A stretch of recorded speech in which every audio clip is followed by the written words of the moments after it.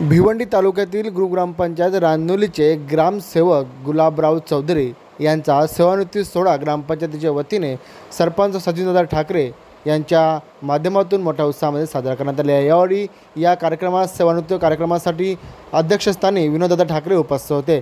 तसेच ग्रामपंचायत सरपंच, उपसरपंच, सर्व सदस्य, माजी सरपंच, उपसरपंच यांनी मोठ्या संख्येने उपस्थित होते। उपस्थित सर्वांनीच ग्रामसेवक गुलाबराव चौधरी यांच्या कार्याचे कौतुक करून त्यांना त्यांच्या सेवानिवृत्तीच्या शुभेच्छा व्यक्त केल्या आहेत। गेली अनेक वर्षापासून शासकीय सेवेमध्ये असणारे गुलाबराव चौधरी यांनी उत्कृष्टरित्या आपले कार्य पार पडले। अंत्यतः तळागाळात जाऊन त्यांनी आपली सेवा दिली आणि त्या अनुषंगाने त्यांचा हा सेवापूर्ती सोहळा मोठ्या उत्साहामध्ये संपन्न झाला। यावेळी रानोली ग्रामपंचायतीतील गावातील सर्व ग्रामस्थांनी मोठ्या संख्येने उपस्थित राहून त्यांना त्यांच्या या सेवानिवृत्ती सोहळ्याच्या शुभेच्छा व्यक्त केल्या आहेत। ज्याप्रमाणे नियुक्ती, बढती आणि निवृत्ती या तीन गोष्टी अगदी ठरलेल्या असतात, परंतु नियुक्तीची एक खुशी वेगळी राहते, बढतीचा आनंद त्याहीपेक्षा वेगळा राहतो आणि ज्या वेळेला आपण सेवानिवृत्त होत असतो त्यावेळेला त्या कालखंडामध्ये आपण केलेल्या कामाची पोचपावती ही निवृत्तीच्या रूपाने आपल्याला मिळते। निश्चितपणे आपण सर्वांनी या ठिकाणी अनुभवले। माझे सर्व सहकारी, खरं म्हणजे मी या ठिकाणी ज्या दिवशी ग्रामपंचायतचा चार्ज घेतला, एक स्थानिक माणूस म्हणून दादांनी, सरपंचांनी, तेव्हा तर सचिनजी सरपंच नव्हते, त्यांच्या विशेष सदस्य होत्या, अरुणदादांच्या विशेष पाटील सरपंच होते। मी फक्त माझी ओळख करून दिली की मी या ठिकाणचा एक स्थानिक माणूस आहे, अशा ठिकाणी नोकरी केलेली आहे आणि शेवटची नोकरीची संधी ही आपल्या समवेत मला एक 5-6 वर्ष काढायचे आणि त्यावेळेपासून या सर्व मंडळींनी जो काही मला सहकार्य केलं, मिळून मिसळून काम केलं, खरं म्हणजे कोणती व्यक्ती श्रेष्ठ नाही किंवा कोणती व्यक्ती कनिष्ठ नाही, ती व्यक्ती तुमच्या सरकारच्या सहकार्यामुळे खरं म्हणजे उत्तम काम करू शकते। ग्रामसेवक तुमचा IAS अधिकारी जरी असला, परंतु गावातील ग्रामस्थ, ग्रामपंचायतीची कमिटी आणि त्यांचे सगळे हितचिंतक जर चांगली माणसं नसतील तर तुम्ही काहीही केलं तरी काम करता येणार नाही। या मताचा मी व्यक्ती आहे आणि निश्चितपणे 1992 साली एका खेडेगावामध्ये माझी नियुक्ती झाल्यानंतर त्या गावचे सरपंच 2 वर्षापूर्वी गेले, 2 वर्ष मला वाटतं 1च वर्ष झालं, परंतु एक 1.25 वर्षाचा कालावधी त्यांच्यासोबत मी काढला। त्यांच्या देहावसान होईपर्यंत माझ्याशी त्यांचे संबंध होते। याचा अर्थ त्यांनी माझ्यावर केलेलं प्रेम आहे किंवा मी त्यांच्यासोबत केलेल्या कामाची जी एक पोचपावती असेल।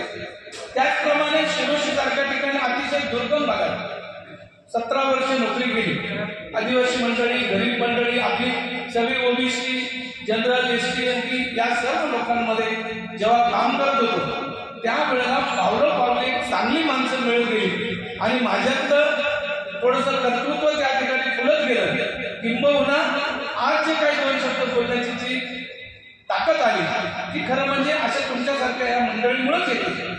कारण ज्या दिवशी तुमचं आणि आमचं नातं हे घरच्यासारखं किंवा चांगल्यापैकी ते फुललं जाईल, त्याच वेळेला त्या ठिकाणी काम करताना किंवा आपलं योगदान देताना त्या माणसाला निश्चितपणे आनंद होतो आणि या सेवेमध्ये अतिशय चांगली माणसं मिळत गेली। शेवटच्या काळामध्ये शेवटचा दिवस गोड व्हावा म्हणून प्रयत्न केले जातात आणि निश्चितपणे आजचा हा सोहळा माझ्या कुटुंबाने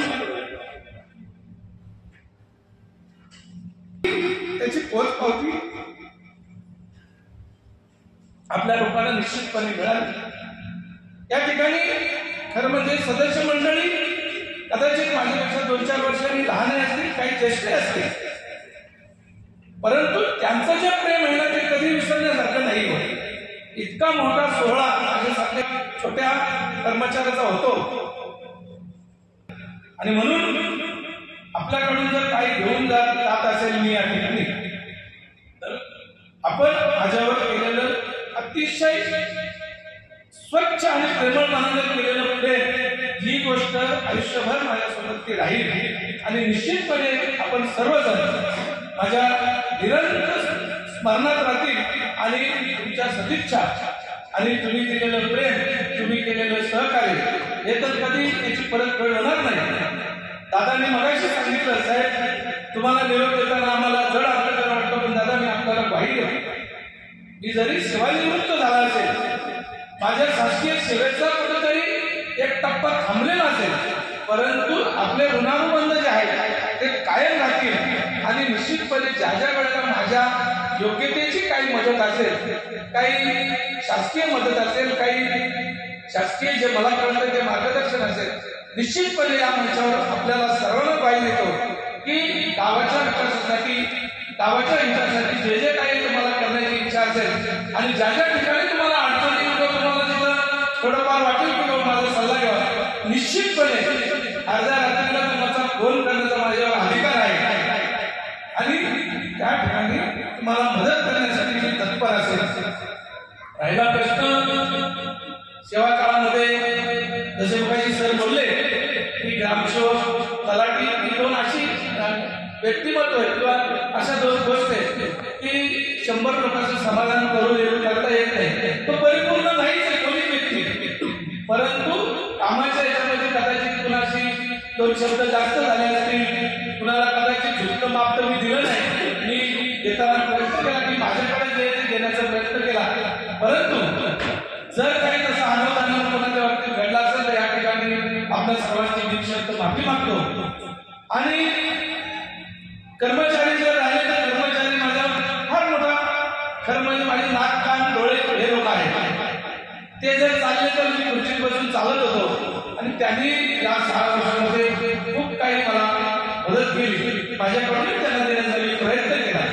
निश्चितपणे या कामाच्या याच्यामध्ये कदाचित कुणाला रागवले असेल, कुणाला 2 शब्दही बोलला असेल, परंतु मी जे बोललो ते त्यांच्या हिताचाच बोलला असेल किंवा त्यांच्या एक आपल्या सगळ्यांच्या प्रशासनाच्या कामाचा भाग असेल, तो कदाचित जास्तीचं बोलला असेल. आपणही तुमचा एक ज्येष्ठ सहकारी म्हणून मला माफ करावं. निश्चितपणे प्रशासनाचं काम करत असताना तुम्हालाही कोणती अडचण आली, काहीही गरज लागली, सुखदुःखाचा प्रसंग असेल तर मी तर म्हणतो आपण मला कधीही कॉल करा, आपल्या सुखदुःखात येण्याचा मला एक वेगळाच सहभागी होण्याचा वेगळाच एक अनुभव येईल.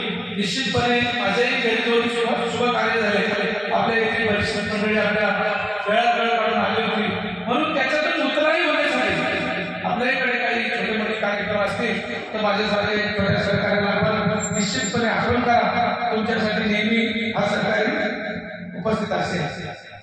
राहिला प्रश्न नोकरी करत असताना जे अनुभव सांगायला गेलं तर आपल्याकडे वेळ फार कमी आहे. आपल्या प्रेमापोटी या ठिकाणी हा कार्यक्रम करतो.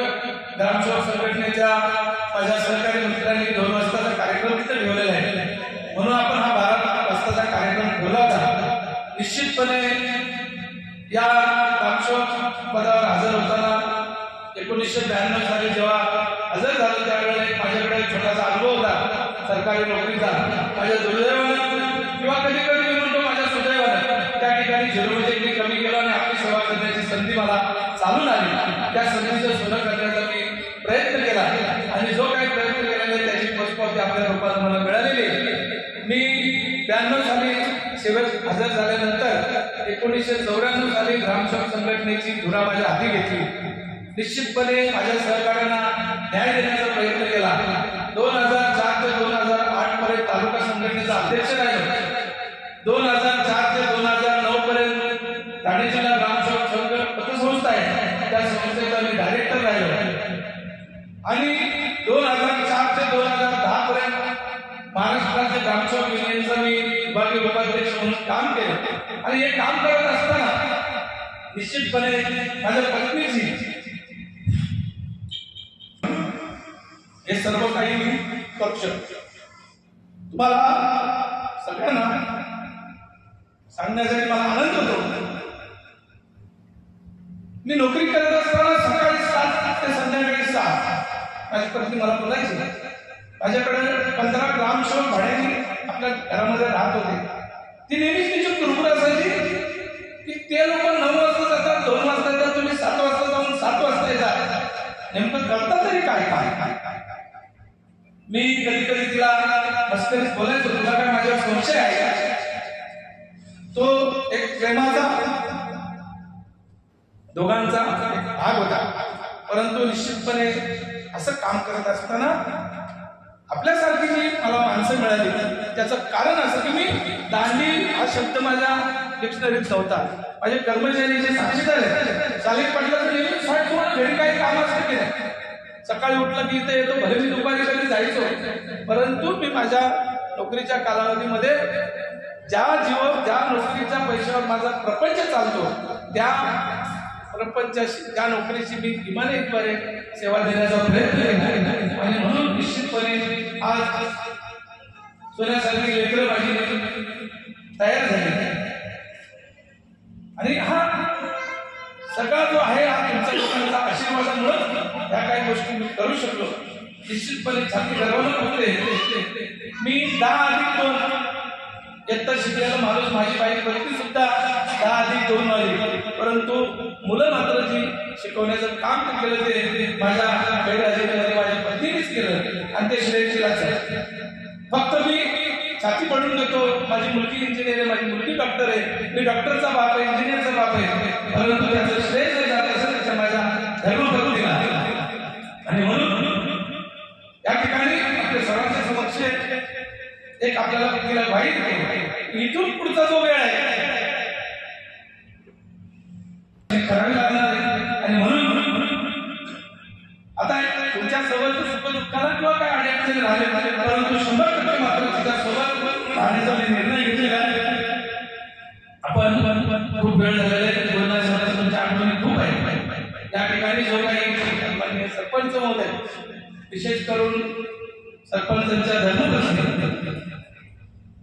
खरं म्हणजे सरपंच ग्रामसेवक नातं वेगळं असतं, परंतु ठाकरेवाडीच्या बाबतीत जर बोललो त्यांनी जे काही माझ्याशी वर्तन केलेलं आहे ते एका बहिणीपेक्षाही वरिष्ठ वरच्या लेवलचं वाटतो मला. शुगर आहे म्हणून ते शुगरचं औषध दिलं, काही गोष्टी घरी गेलो चहा नाही, सरपंच बोलले चहाच्या त्यांनी मला काढा बनवून द्यायचा का, साहेबाला शुगर आहे म्हणून. असं जे प्रेम आहे फार कमी लोकांचं वाटायला येतो आणि निश्चितपणे मी भाग्यवान की ते प्रेम या ठिकाणी मला मिळालं. माझे या ठिकाणी जेव्हा आलं तेव्हा सरपंच आमचा पाटील ताईंना मी नेहमीच बोललो की हे नातं टिकलं पाहिजे. तुम्ही आणि मी आपण प्रसंगाला भेटतो एकमेकांना, हे नातं निश्चितपणे टिकलं पाहिजे. आणि सर्वांनी आतापर्यंत जे नातं टिकवलेलं आहे पाय नातं जमिनीवर आहे. आपल्या 2-3 कार्यक्रमामध्ये बघितलं, दादांनी माझा चरण स्पर्श करण्याचा प्रयत्न केला. ठीक आहे, त्यांच्यापेक्षा 5-10 वर्षांची कदाचित मोठा असेल, परंतु त्यांचं मन खूप मोठं आहे, खूप मोठं मन आहे. या मोठ्या माणसाने आपल्या सर्वांच्या साक्षीनं जे मला जे प्रेम दिलं ते निश्चितपणे ते प्रेम या ठिकाणी साठवण्याचा प्रयत्न करेल. माझे आताचे जे सन्माननीय सदस्य आहेत, सगळे तरुण मंडळी, आमचे निवृत्ती महाराज असते त्याला महाराज तुमचं जय भले बाबा नमस्कार कधी करत नाही, टाक्याची वगैरे असते, तिलकटची असते, तिलकटची तर माझा आम्हाचा भाग्य, परंतु अतिशय तुम्ही लोकांनी प्रेम दिलेले. श्रावण महाराज उपसरपंच होते आमचे, त्यांच्याशी तर काय काही झालं कुठं बसलं तरी साहेब तुम्ही आमचे साहेब आहे, साहेब तुम्ही आमचे साहेब आहे आणि तुम्ही आमचे काय मायबाप. निश्चितपणे तुमचे थोडासा वयाने मोठा बंधू असेल मी, आपण जे काय सगळ्यांनी प्रेम दिलं ते प्रेम खरं म्हणजे शब्दात वर्णन करण्यासाठी सारखं नाही. ग्रामपंचायत ज्या वेळेला विरोध करायचे होते आमचे दिनेश भोई साहेब, आमची दोघांची चर्चा व्हायची, कारण हा विषय आज उत्तम होतो.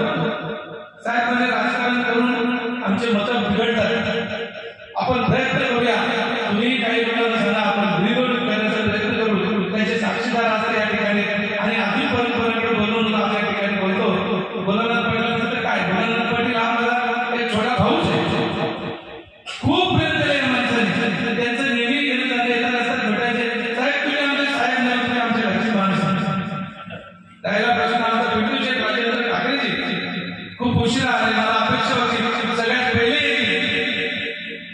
त्या माणसाच्या घरी आजही मला माझ्या कुटुंबातल्या सारखं वातावरण आहे. आजही त्यांची पत्नी असेल, त्यांच्या बाबाची मिसेस असेल, त्यांची आई असेल, अतिशय सन्मानपूर्वक आणि प्रेमाची वागणूक. जेवायला कधी जर मी मुद्दाम दुपारच्या वेळेस फोन केला तर आमच्या राजेंद्र भाऊ तर कधी नसते विषयाच्या वगैरे साहेब जेवायला, पण वार मी शाळेमध्ये असल्यामुळे वार वगैरे ही अशी मंडळी जी आहे आमची बंटी पाटील असतील, बंटी म्हात्रे वाद झाले तरुण असतात, ते तरुण होते, मी वयस्कर होतो, वाद झाले तर दुसऱ्या मिनिटाला आम्ही तो वाद लगेच मिटतो. दुसऱ्या